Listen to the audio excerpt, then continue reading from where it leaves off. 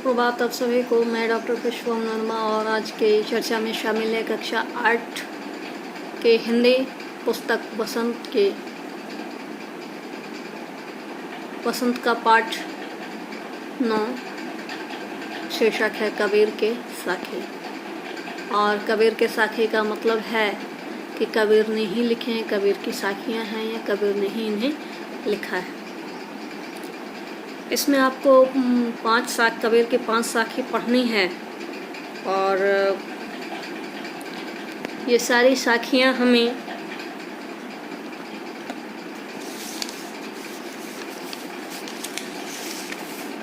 विपरीत परिस्थितियों में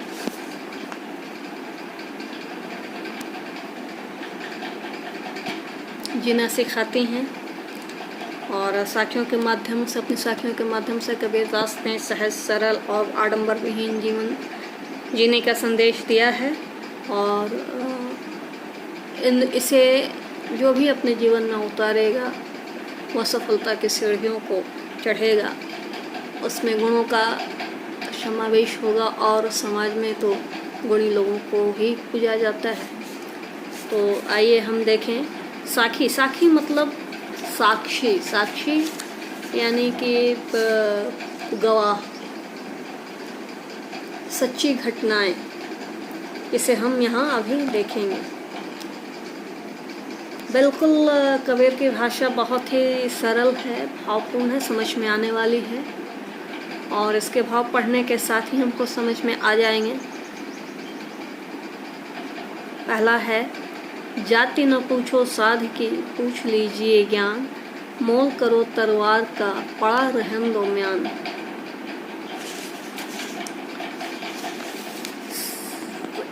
इस साखी में कबीर कहते हैं कि साधु की जाति हमें नहीं पूछनी चाहिए। उसकी जाति, साधु मतलब संत, महात्मा, गुणी जन, उनकी जाति पूछकर हमें कोई लाभ नहीं होगा। साधु से हमें केवल ज्ञान ग्रहण करना चाहिए। म्यान मतलब होता है जिसमें तलवार रखी जाती है। किसी चीज़ का कवर, मान लीजिए रैपर बहुत खूबसूरत है और उसके अंदर की चीज़ मेरे काम की नहीं है, तो उसके रैपर की खूबसूरती जो है वह भी हमारे किसी काम की नहीं है। जब वो सामान ही नहीं लेंगे तो रैपर खूबसूरत होकर, वो कवर खूबसूरत होकर होगा क्या। तो जिस तरह तलवार खरीदते समय, या बिल्कुल ठीक उसी तरह बता रहे हैं कबीर कि जिस तरह तलवार खरीदते समय हम तलवार का गुण देखते हैं, उसकी धार देखते हैं, न कि उसका म्यान। उसका म्यान चाहे कितना भी सुंदर क्यों ना हो, अगर उसके अंदर जंग लगी तलवार हो या धारहीन तलवार हो तो हमको कोई मतलब नहीं है। टूटी हुई तलवार हो, यानी उस तलवार का कोई काम नहीं है, तो हम क्या करेंगे। इसलिए कहते हैं कि हमें साधु जन, गुणी जन, संत लोगों की जाति नहीं पूछनी चाहिए। जाति पूछकर क्या करेंगे। उनसे जो ज्ञान है, उनका जो गुण है, अपने उन गुणों को अपने जीवन में उतारें, उन गुणों से हम कुछ सीखें। यही है। दूसरी साखी है कबीर की, आवत गारी एक है, उल्टत होई अनेक, कह कबीर नहीं उलटिए, वही एक की एक। इस पंक्ति में कबीर बताते हैं, इस साखी में उनका कहना है कि गारी मतलब गाली, ठीक है, गाली जिसे हम लोग समझ रहे हैं बेहतर। आवत गारी एक है, उल्टत होई अनेक, यानी किसी ने आपको अभद्र बातें कही, आपका अपमान किया, उसने तो एक कहा। होता क्या है कि यदि उसके प्रत्युत्तर में, उसके जवाब में हम भी कुछ कहते हैं तो फिर अगले को गुस्सा आता है, फिर बहस होती है, बातचीत होती है और इस तरह कई गालियां, जो एक गाली उसने दी थी, कई गालियों में वो परिवर्तित हो जाती है। हमारे रिश्ते खराब हो जाते हैं। तो अंत जब रिश्ते खराब होने का ही है, तो जो इतनी सारी बातें बिगड़ रही हैं उसमें हम क्या कर सकते हैं। उसमें हम यही कर सकते हैं कि उसकी बात का बिल्कुल जवाब न दें। या ठीक ऐसे ही मान लीजिए आप हमको हाथ बढ़ाकर कोई सामान दे रहे हैं और मैं ले नहीं रही, तो वो सामान तो आप ही के पास रह गई ना। ठीक इसी तरह अगर कोई आपको गाली दे रहा है, आपका अपमान कर रहा है, आप उसका रास्ता छोड़कर हट जाइए। आप उससे वो चीज़ लीजिए ही नहीं। लेने का मतलब क्या है। कि आप उसका जवाब दीजिए। 1 पर 2, 2 पर 4, 4 पर 8, 8 पर 16, इस तरह से बातें बढ़ती जाएंगी, हासिल कुछ नहीं होगा। अंत वही होगा कि रिश्ते बिगड़ जाएंगे। तो जब रिश्ते बिगड़ने ही चुप रह के बिगाड़ लो, अपना मुंह खराब करने की क्या ज़रूरत है। तीसरा है, माला तो कर में फिरे, जीव फिरे मुख माही, मनुआ तो दहु दिसी फिरे, यह तो सुमिरन नहीं।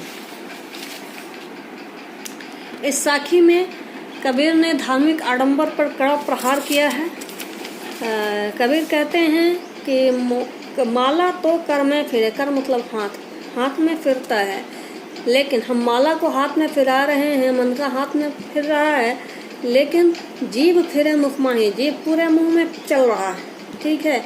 और मन जो है दहु दिशों, यानी 10 दिशाओं में, दिशाएं 10 होती हैं, आप 4 दिशाएं जानते हैं, 200 दिशाएं जानेंगे बाद में, अभी ये पूरी कर लूँ। मनुआ तो दहु दिशी फिरे, यह तो सुमिरन नहीं। ऐसे ईश्वर की पूजा करने से, ईश्वर की ऐसी पूजा करने से क्या फ़ायदा कि खाने पर ध्यान है, मन कहीं और है, और केवल हम ये जाप कर रहे हैं। पूजा करने का मतलब है, अर्चना करने का मतलब है, सुमिरन करने का मतलब है पूरे मन तन आत्मा से उसकी अर्चना की जाए, उससे प्रार्थना की जाए, तभी वो प्रार्थना सार्थक होती है। तो कबीर कहते हैं कि इस तरह से धार्मिक आडंबर रचने का कोई फ़ायदा नहीं, इस तरह की पूजा कोई पूजा नहीं होती। चौथी पंक्ति है, चौथी साखी है, कबीर घास न नींदिए जो पाँव तली होए, कबीर घास न नींदिए जो पाँव तली होए, उड़ी पड़े आज जब आँखी में खरी दुहेली होए। इस साखी के जरिए कबीर यह बताना चाहते हैं, घास क्या है, पैर के नीचे रहती है, हमारे पैर जमीन में रहती है, पैरों तले से हम जब चलते हैं तो घास दबती है। कहते कबीर घास न नींदिए जो पाँव तल होए, पैर के नीचे जो आपकी घास है उसकी निंदा आप कभी नहीं करें। जब कभी हवा उड़ेगी तो क्या है, वो आँख में अगर पड़ जाएगी, वही तिनका आँख में पड़ जाएगा तो आपको बहुत कष्ट होगा, बहुत पीड़ा होगी। तो इस साखी से कबीर यह बताना चाहते हैं कि हमें कभी भी कमज़ोर वर्ग के लोगों को सताना नहीं चाहिए, किसी को भी कमज़ोर नहीं समझना चाहिए, क्योंकि कभी भी वही कमज़ोर इंसान या कमज़ोर पक्षी या कमज़ोर लोग का वक्त आता है तो आप पर भारी पड़ते हैं। ठीक उसी तरह हाथी और चींटी की कहानी आप सभी जानते हैं। चींटी कहाँ मामूली सी छोटी सी चीज़ है और हाथी इतना बड़ा, लेकिन जब वह वही चींटी, छोटी सी चींटी, अदनी सी चींटी हाथी के सूंड में घुस जाए, नाक में उसके,